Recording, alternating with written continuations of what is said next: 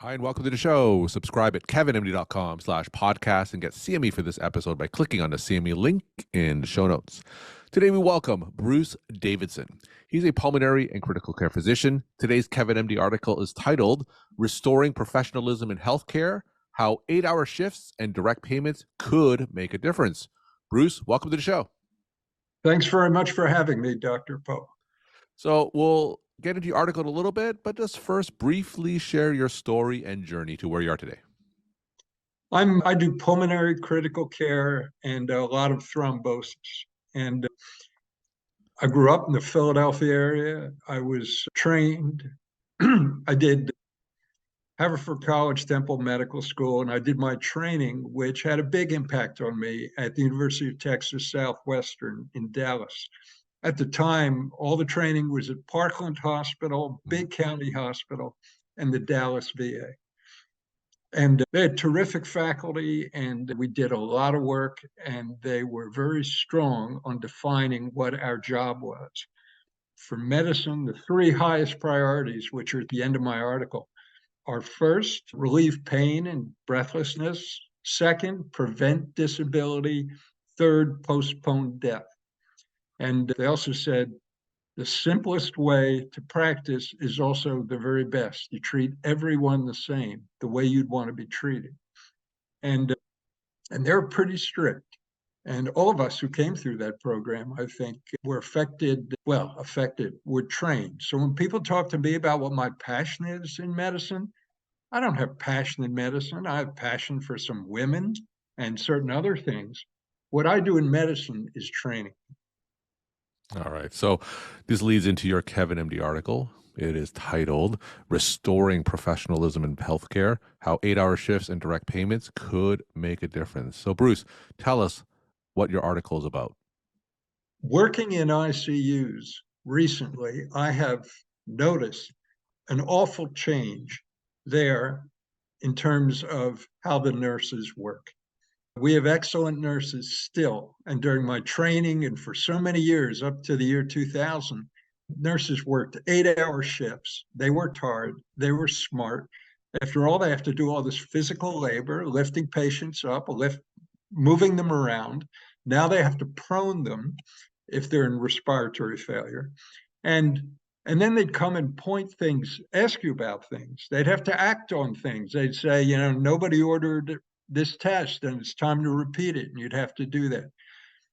Now they're 12-hour shifts, and especially in ICU where the nursing work is very physical. People get worn out.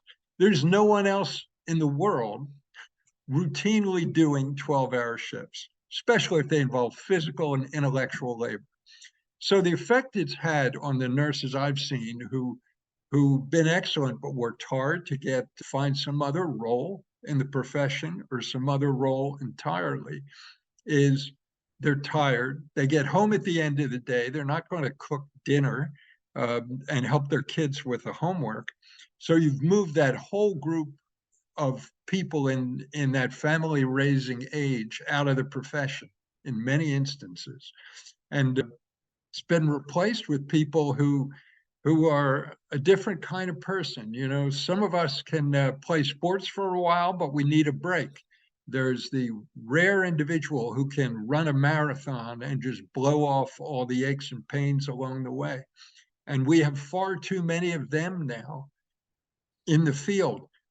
Nobody goes into our field of medicine and taking care of people to behave that way.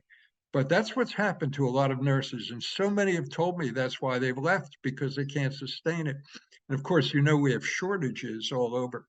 Yeah. So that's why the first half of the article is saying, change it all back to 8-hour shifts by administration. So Center for Medicare and Medicaid Services, if you take their money, your hospital has to have 8-hour nursing shifts. What are some of the reasons that led to the 8-hour to 12-hour shifts? Was it purely saving money? They have to hire fewer staff? Is it purely an economic decision? Talk about some of the reasons why we have shifted from 8 hours to 12 hours. Well, I think the things you just enumerated probably explain it. I don't know. I haven't been part of hospital administration that made those decisions. But I think this notion of efficiency, uber alles rules, is detrimental to medicine. I mean, in medicine, what we know is attention to detail saves lives, Yeah. not being super efficient. And and the same thing has happened to physicians. I've witnessed how I know more about why it happened to physicians this way. I assume nursing is just what you said. You have you have three cohorts of people to manage and pay their retirement and so on, or you have two cohorts. And they chose two cohorts, two 12-hour cohorts. Short staffing, that didn't bother them. Now, for physicians, I witnessed what happened. Internal medicine is based on, we don't operate. We do some procedures in pulmonary, we do bronchoscopy, we insert Yeah. chest tubes and so on. But it's primarily thinking, analyzing, fixing, right? And understanding what's going on with our patient over time. So in medicine, internal medicine physicians, the leadership replaced the previous leadership and fostered hospitalists. And so this famous Dr. Robert Wachter, I forget where he is, maybe San Francisco, Mm-hmm. and now the head at Michigan and so on, one after another, they came up through the ranks as hospitalists because those departments make a lot of money. And think about it, these are internal medicine doctors who never, ever, ever want to take care of an outpatient. And anyone will tell you who's taking care of outpatients that over time you learn a lot of medicine through them, and you see how a lot of people with chronic illnesses can cope over long terms.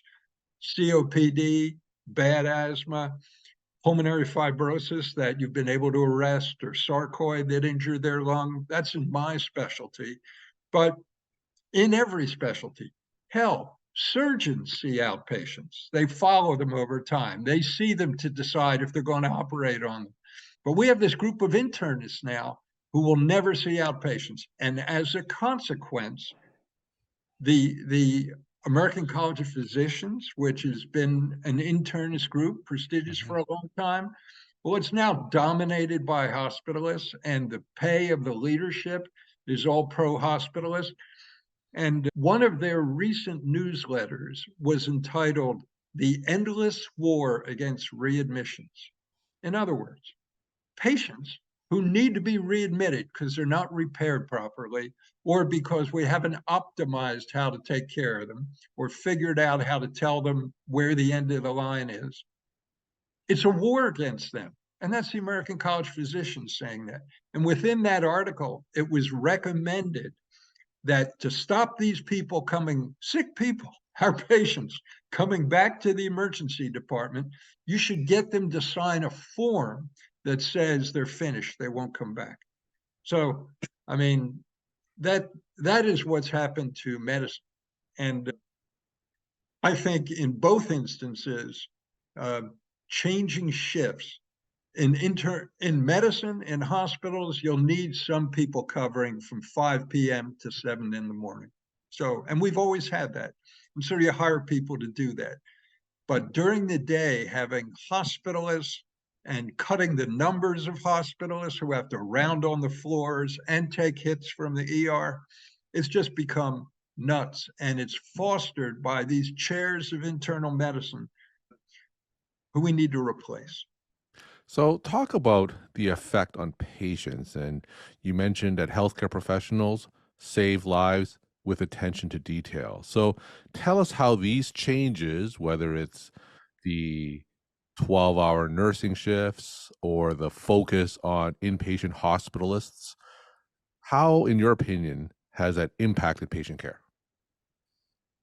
If the physician who's been caring for a patient as an outpatient is their inpatient doctor, already that physician, he or she knows a lot about the patient, has the patient understands that they're concerned about them, and that the goal is to fix them and get them out. Instead, we have hospitalists And unless you're in a city or in a university system where you have the same doctors over and over, these are so often people from outside who are hired. You don't know their training. And I've encountered several who have only family medicine training and board certification from community hospital settings. Now, family medicine is an outpatient specialty primarily, not inpatient. So certainly not internal medicine. So, and they know how to do things like pediatrics and look after obstetric cases, which we in internal medicine don't know because we focused on a different area. So patients encounter doctors like those who are not from the community, who don't know them. And at the end of a 12-hour shift, they just want to reduce their census and get out of there because they got to come back the next morning. And they do this 7 days in a row, for example. Hospitalist shift may be from Monday to Monday or Tuesday to Tuesday. It's a marathon race. It's not focused on fixing individual patients. In terms of nursing, if you can't look after yourself, or you're on a mission at the moment to complete 3 or 4 12-hour shifts and get them out of the way so you can get time off, so you can be with your family or get away on some vacation. You're not focused on getting through the day to day. Now, if all you're doing all day is changing oil and oil filters, that's all right. But that's not what we need from nurses. And that's not the way nurses used to be. You ask most physicians, including me, and they'll tell you that during house staff training, they learned a heck of a lot that you still remember today from nurses who guided them through stuff that was going wrong with patients that we didn't recognize, or how to get an IV started and so on. So today's nurses, if they're doing these 12-hour shifts like that and just trying to get to the other side, they are not looking after patients with the detail. And because it is such a grueling work that, remember, nobody on the outside does. Everybody outside has 8-hour shifts. Bus drivers, office workers, even people in clinics. So they're just trying to get to the other side. And the patients see that, and the patients get kicked out prematurely from the hospital. They have to fight to stay. I help plenty of friends or family of friends, interacting for them. And I see it a lot. The nurses I've dealt with see it a lot. And the night shift, Dr. Poe, in ICUs, these are people who are worn out. They're coming into work to earn some money. They're hoping nothing happens. They're sitting at the computer. They're not going in checking the patients because it's no longer 11 to 7 with a goal. It's 7 to 7. It's a marathon at which they're hoping nothing happens. And for the physicians in small hospitals, they'll have one physician hospitalist covering the whole inpatient system. So he'll take, or she will take, hits from the ER, and they'll have to manage decompensations on the floor. And they'll have to look after all the stuff that the daytime hospitalists missed because they were too bummed or burned out. So let's talk about some of your solutions to each of these issues. Regarding the nursing issue that you brought up, we are already short-staffed, right? And if we go to 3 cohorts, how are we going to find enough nurses to fill that? And regarding the hospitalists, I'm a primary care internal medicine physician, so I'm acutely aware of the issues that you bring up. And we're under a lot of pressure from an outpatient standpoint. And I guess my question is, how feasible is it to go back to what it once was and have outpatient physicians take care of patients in the hospital when they themselves have increasing bureaucratic burdens to deal with that may not have been present decades ago? Well, let me take the second one first. I certainly do not intend that outpatient physicians have to add to their burden by heading into the hospital to see these people. On the contrary, my solution was to pay the money to the physicians, right? So So if the physicians themselves start receiving the revenue, and perhaps you do, but if you're part of a system, then you won't. It goes into the people who run it, who pressure you to put that volume on you all day long. And if instead you start receiving the revenue and seeing what it looks like, then you may say, you know what? I don't need to see people every 20 minutes or every 40 minutes. And I'm going to set aside these hours to look at my outpatients in the hospital. For the current hospitalists, when they see this kind of money, they may say, look, if this is what I'm earning versus X is what I'm getting, number one, I don't have to work to this extent. Well, what about shortages? How much of the shortage that we currently have for physicians and nurses is an artifact, is caused by the current system? For example, I personally have found it impossible to find outpatient pulmonary medicine slots. Hmm. I instead hear of patients waiting for months to get to see an outpatient pulmonary physician, but the people who own the hospitals, in some case, United Healthcare owns Optum. Now they've bought clinics. So they ratchet back the number of appointments. They stop putting physicians in those slots to see them. Instead, they hire nurse practitioners who get paid 85% by the insurers, but the owners pay them a lot less. And they are willing to see people every 20 minutes, new people every 20 minutes, every 15 minutes, just ratchet the patients through because because they don't have the same ethic of attention to detail the way we were trained. And they weren't trained in pulmonary to look at all the old relevant chest radiographs to figure out what's going on today. So, so there would be adjustment required. Certainly, for nurses, I said over 9 months. I think you would see nurses flood back into the system who could work 8-hour shifts, who want to work part time. And the not only the nursing shortage, but the quality of nursing would improve. Mm. And more people coming out of nursing schools would be looking to work in hospitals instead of for insurance companies going through charts. We're talking to Bruce Davidson. He's a pulmonary and critical care physician. Today's KevinMD article is titled Restoring Professionalism in Healthcare, How 8-Hour Shifts and Direct Payments Could Make a Difference.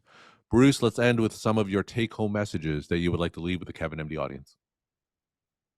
Well, I think we have a dearth of quality leadership in healthcare right now. The AMA is an enormous disappointment. I've held high hopes for them in the past. There's some good individuals in there, but who passed through as president. The AMA has over $900 million in stocks and bonds, according to their tax return. They could launch lawsuits against United Healthcare and umpteen other major players for the pre-authorization scandals that are going on, but they don't.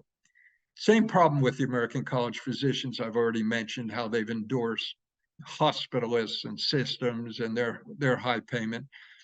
And our leadership used to come from the Surgeon General of the country, but our Surgeon General, instead, as the Washington Post reported when he got renominated in 2021, made $2 million working for insurance companies and private companies doing consultations. And he has identified our biggest medical problem in this country as loneliness. So my message to listeners is professionalism is not going to come anew from the people who destroyed it and don't care about it and are chasing money instead. We can do well by doing good, but it's going to come from people like you, Dr. Poe, who I assume on your own, without being subsidized by any of these folks, have these programs. And we need to find leaders who will similarly do this. And my suggestion is start by making the hospital a better place for patients with 8-hour nursing shifts, and by changing the hospitalist paradigm, and by paying physicians themselves, requiring that they get the money so they can take charge of their futures and their patients. Bruce, thank you so much for sharing your perspective and insight. And thanks again for coming on the show. Thank you.